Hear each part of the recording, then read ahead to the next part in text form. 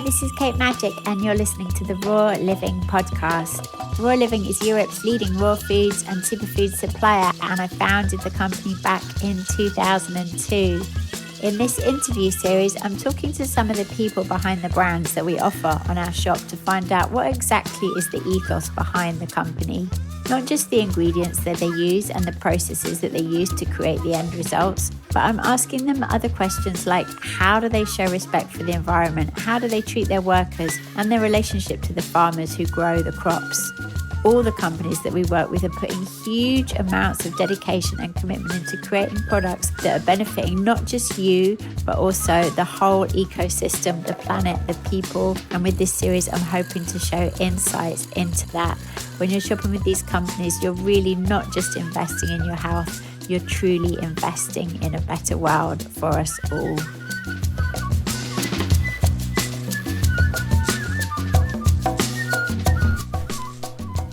Today my guest is Alysia of the Medicine Flower Company. I actually first interviewed Alysia. She was one of the first podcast interviews I ever did on the Raw Living podcast. And I just checked, that was back in 2011, so way over 10 years ago. It was a real joy to connect with her again. I really can't imagine my kitchen without being able to add the amazing flavours of the medicine flower extracts into my culinary creations. And Alysia is so passionate and knowledgeable about what she does. So yeah, it was great to get to chat with her. I'm also a huge fan of her Varigard products and Sacred Sage. So yeah, we're going to learn all about those. Stay tuned. Hi Alysia, it's so good to talk with you today. It's good to hear your voice too. Thank you. So I don't actually remember the exact date, but I think you were one of the first podcast interviews I did, and that would have been over 10 years ago. Amazing how time flies, Kate. I feel like we were due for another catch up. I do love your products so much, and they have been a staple in my kitchen consistently for well over a decade, and everyone I introduce them to really loves them so much. They just go crazy when I do my chef courses and I pass them around. They're all so excited by all the different flavors and how potent they all are. So maybe do you want to start by just telling us your background and how you came to develop this whole range? Well, it goes back just from being so interested in flavors and fragrances and lotions and potions. I started out in the healing arts and I was always fascinated by oils, flavors, essential oils. And so one thing led to another. And I was interested in using essential oils for aromatherapy. And what I found at that point was there was a great need for quality products at that time. There was nobody around that was really offering products that were what they said they were. So as time progressed, I was just things evolved, and at one point, I was working with one of my partners, and they offered these flavors that we were working with at the time, or going to work with, and people were just going nuts over them. We would sample out different flavors to different people to try out, and as I said, it would just evolved. It evolved into going in the lab, working with the different materials that I had, also utilizing other partners that were in that industry that I would say, well, we like this, but we don't like that. Of course, vanilla was ever evolving because that's one of the best selling flavors. So it just kind of evolved, and people just were really positive. And I could say you I could say you almost had a vision that you knew that was the path to go down. I Yeah. don't know the sequence of what I'm sharing with you, but that's kind of the gist of it. It just evolved into a passion and a love for flavors and fragrances that evolved into what we are today. and it was Yeah, always about the quality of ingredients, and it was always about serving, to the highest good, Kate. It was like, how can we serve people and also, of course, make a living, but, yeah, that's kind of the yeah. gist of it. Yes. Amazing, amazing. So, you do a whole range of different things, but the bulk of what we offer is the flavor extracts. It's a proprietary process that you developed yourself, right? But it's similar to aromatherapy, to how you create an aromatherapy extract. Is that correct? Well, I think it's a little different. I mean, I don't think people understand that flavors have a lot of aromas in it from the fragrance industry, or there's a lot of essential oils in there. So Right. they developed, I developed some of them, with my partners. I developed, I'm not, I would call myself more of a flavor alchemist than a flavor chemist, because some of the chemistry is quite, extensive. Even extraction is very, scientific. It sounds simpler than it is. That's one of the things that really said something to myself, because it was like, "Oh, here it is, a vanilla." Well, how do you get a vanilla flavor? Well, there's all different ways you can get a vanilla flavor. You can get it from the beans, or there's also, like, I don't know if you even knew this, but clove has vanilla in it. There's Ah, other Yeah, there's like, I think that we don't do this, but there's a tree that actually has vanillin in it. You mm, know? It's kinda interesting. So, going back to the development, you have your materials and you develop these different flavors, or like you said, you develop, like, well, you guys also carry ViroGuard, where that's yeah. developed and compounded through pure essential oils, and then it's diluted, because most people don't like stuff strong, Kate. They really don't. If you were in nature and you were smelling a rose, like, give an example, that's gonna be light and gentle. Whereas if Right. you had a drop of pure absolute, or auto, they call it, that's super strong. But Right. even as a professional, what they do, even in big flavor and fragrance houses, they always dilute everything, because that's how you actually experience the real, vanilla, rose, or jasmine, or whatever flavor or fragrance that we're talking about. And just that, rose is also used in fragrance, but it's also used in flavor. Right. So, just to say that point, because a lot of people don't realize that. Yeah. Yeah. Um, Yeah. there's so much to learn. I mean, even after all the years I've been in it, I'm still learning. There's so much to learn, you know? Yeah. So So you do this huge range. You were just telling me, is there over 100 flavor extracts that you do? there's over 100 flavor extracts, yes. Wow. Wow. And we are gonna be coming out with more. So, Can you just tell us about some of the best sellers? I have to say the ones I probably use the most, if I had to pick a top 5, it would probably be vanilla, caramel, rum, raspberry, and coffee, maybe. Can you tell us what are some of your favorites and what some of the most popular ones? I would add black cherry to that. I love Oh, black yeah. cherry. Yeah. I love that. I use that, I smell it, I mix it. I mean, it's just one of my favorites. And then the other one, let's say I'm gonna go down mint is another big popular one. Yeah. And then, um, actually, in your area, violet is very European. That's a Yes. good one. That kind of goes in waves. Sometimes we don't see much action, and then other times there's a lot of action. Right. So I think also people look at flavors at what time of year and the season it's at. But Right. um, I would say the vanilla, the caramel, the butterscotch, raspberry, you said rum, which we were out of for a while, but now I think we got that going again. Mhm. And then there was, I love the black cherry. Jasmine and rose is another ones that go cycle, Right. because it's very classic and traditional. Yeah. Um, Yeah. let's see. Oh, sometimes the nuts. People can't have nuts, Yeah. so they like the taste of hazelnut or almond. Yeah. And the other one that's a big one is banana. I mean, I Right. love bananas. Of course, we're in the wrong part of the world for bananas.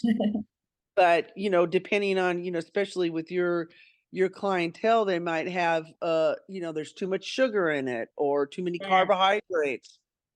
But I love bananas. I mean, Yeah. there's nothing like a good banana, but depending on where you're at, you're making a smoothie and you just add a couple drops of the banana to your smoothie. Right. Right. I think I covered. I'm trying to think if there Yeah. was any other ones in there. So they're in a propylene glycol base. Can you tell us about that and why it's not something people should be worried about? Well, I can relate to that because I always misunderstood it, and everything is chemistry, Kate. So, propylene glycol can either be derived from what most people think, oh my God, it's petroleum or something like that, but it's also a vegetable. So, it's either a fossilized vegetable, from what I understand. The base that we're using is actually from a vegetable source, which is not fossilized, from what I understand. So it's sustainable, which is Yeah. really good. Um, there's so much clean, what I would say, chemistry, that it's all purified, because not always anything natural is necessarily good for you. So you're using such a small amount, and it's a very traditional carrier for flavors. Mm. And like I said, some people don't like it, some people do. Um, from what I have gained to understand from it, and the reason why we use it is it just makes a really good dispersing agent, because even when you're making something, you don't want to put too much in there, just Mm. like in any kind of cooking, because it goes the other way, and then it Mm. does taste chemical.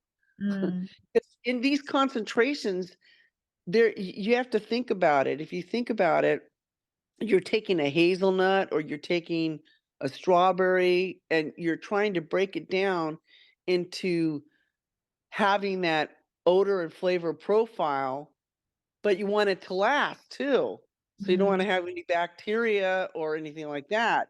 So chemistry is beautiful, and that's why these different things are used. As a purist, and I can say might be true with you, I'd rather just have the blueberry, but you can't do that. You can make a tincture out of it, but then it's still not gonna taste exactly or have that profile. So in nature, and going back to the PG and also extraction, like, let's say coffee has 500 different active constituents that make up that coffee, which Mm. is chemistry, right? Mm. And ours is no caffeine. It doesn't have any caffeine because the process it goes through, there's no caffeine. But Mm. when you break that down, those different components sometimes can come from something else that's in nature to make it up. Just like I Mm. was expressing about vanilla and vanillin coming from clove. Sometimes it Yeah. comes from benzoin or a tree. I don't know if I'm being clear with that. I just Yeah. Yeah. What about the rum? so Because people find it hard to understand how it isn't alcohol. Well, right, because rum is made from sugar, right? I mean, just like caramel would be made from sugar and butter usually. But if you were taking those different constituents and you were breaking it down to having something that is sitting on the shelf and that's not going to go bad, you have to do something to it in order for it to be stable. Does that Mm. make sense? Yeah. Yeah.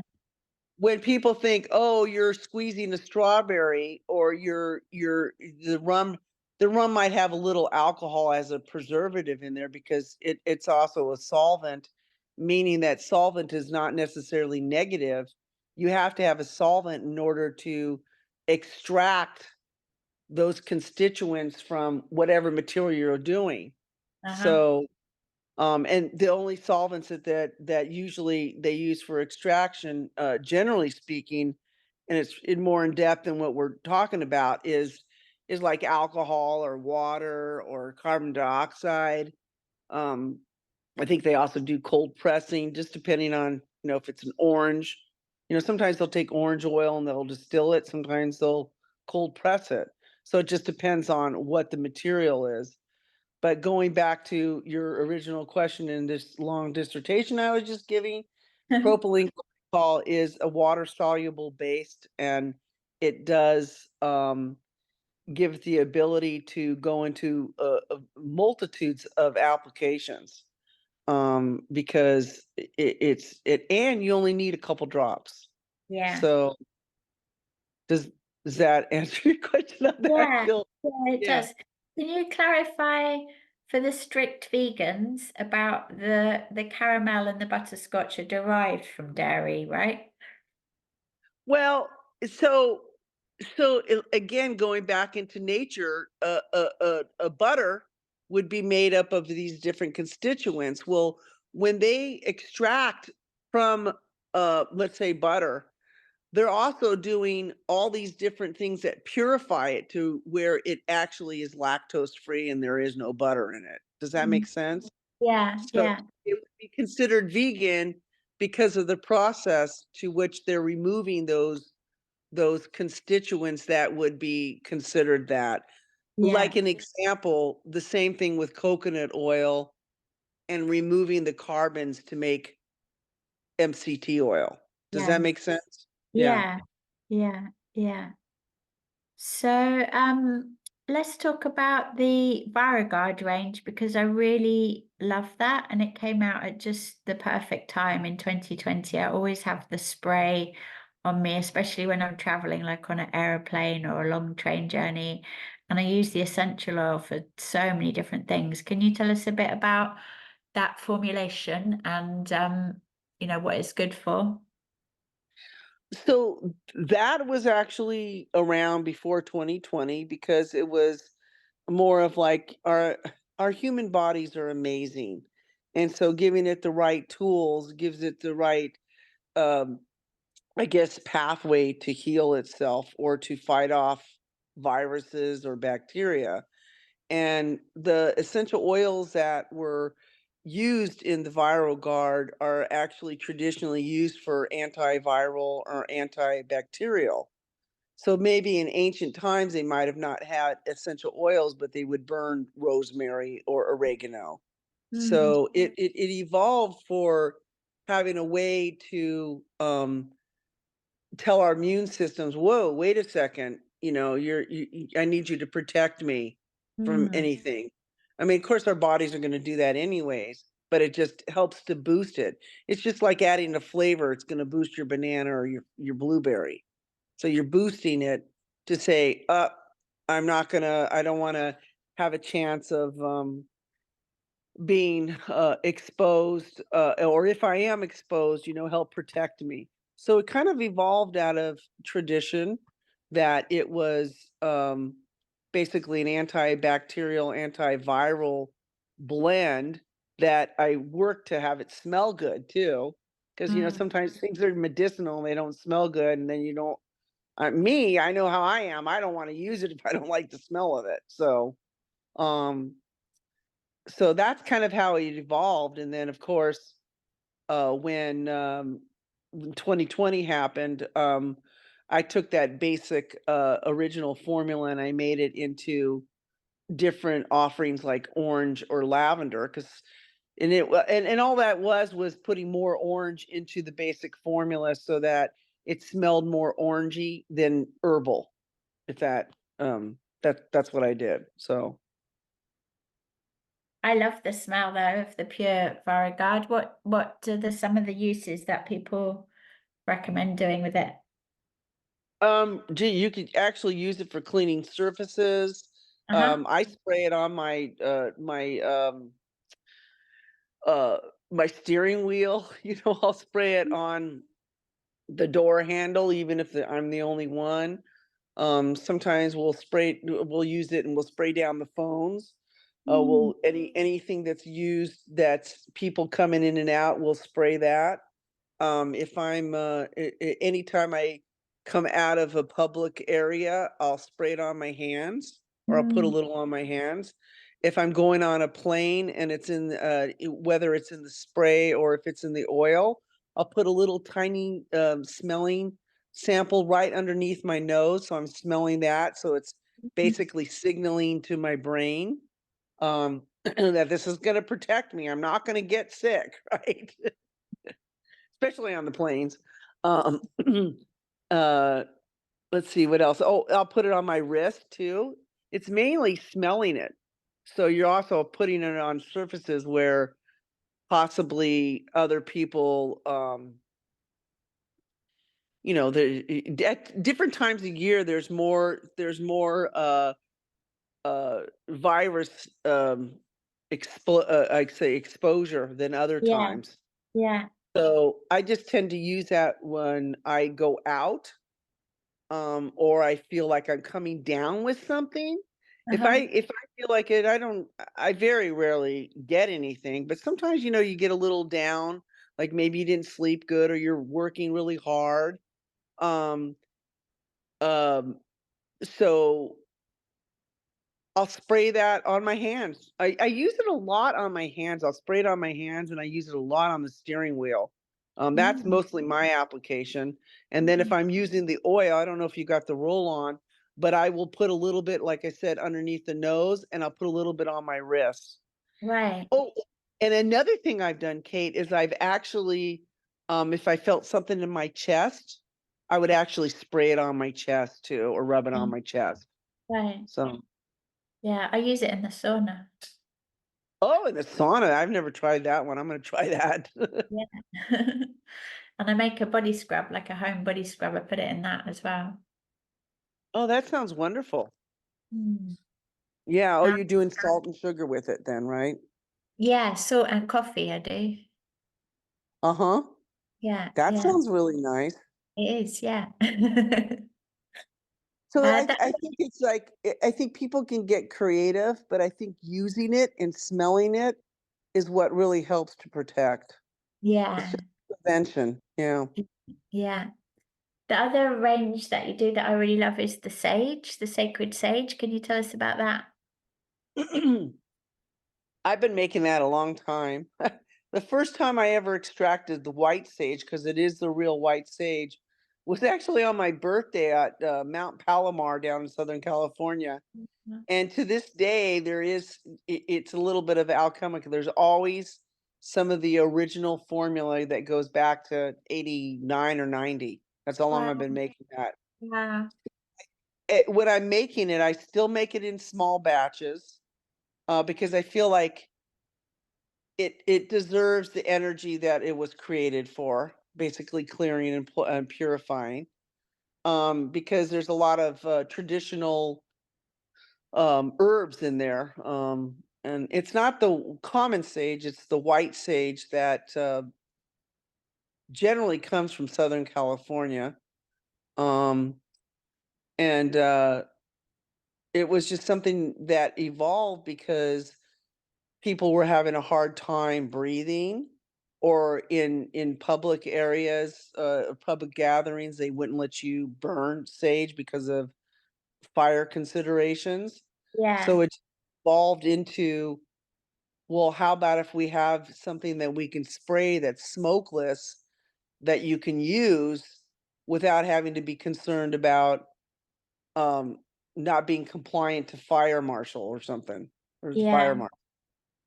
So, and it just people just love the smell of it, and I also use other traditional, essential oils in there, and that would be, juniper and cedar. So, just for clearing and purifying, basically. yeah. It's really good when you're traveling because you can't easily take a sage stick with you, but the spray is like really good if you want to space clear when you get somewhere. That's what I use those sprays for. I mean, even Viral Guard, if I didn't have sage, I would if I'm in a hotel And of course, it's a hotel. So I like to spray everything down Yeah. just to make it my own. Yeah. Yes. So that is what it's good for. And like I said, you can also use the Viral Guard. The only thing is Viral Guard doesn't have sage in it, but it has a Right. lot of other things in there. Right. So But I think you can tell that sage, the sacred sage, has that extra high vibrational input into it. I think you can feel that when you spray it. that's because we only make it in a good way. I never do anything if you're not like, well, I'm usually pretty up anyways, but not in a bad mood. And I also do prayers on it. Yeah, amazing. So so it's just to help people clear, because there's just so many things that we don't see and so many things that we feel that we don't know. So it helps to clear that space so that whatever your intention is, it has the ability to be present. Yeah, amazing. And I know this, you have such a huge range that we're just not able to stock everything, but I think it's important to let people know if they're listening to this that if there's something that they do want that you carry, we can always get it in for them. Can you just quickly tell us about the difference between the gold and the silver and the premium lines? Well, basically, the difference is the application, because it depends if it's water soluble or if it's oil soluble. Uh-huh. If you're going to be making um, uh, various things, you can use as you say, premium, but we're going to be calling it platinum here soon. Huh? Just because it goes platinum, gold, and silver instead of premium. Does that? Right. But the difference is that you might have a different application, whereas like some people don't want to use anything that has alcohol in it. So you have an option to use it in the platinum line, or you have an option to use it in the gold line, which is MCT, which is Right. the organic um, coconut oil. And so that would only be oil soluble. I mean, you could probably add that to your coffee, but oil and water don't mix.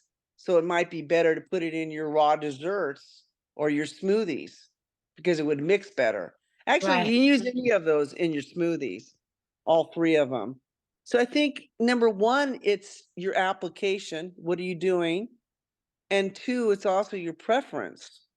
So some people like the feel of the premium platinum line, right?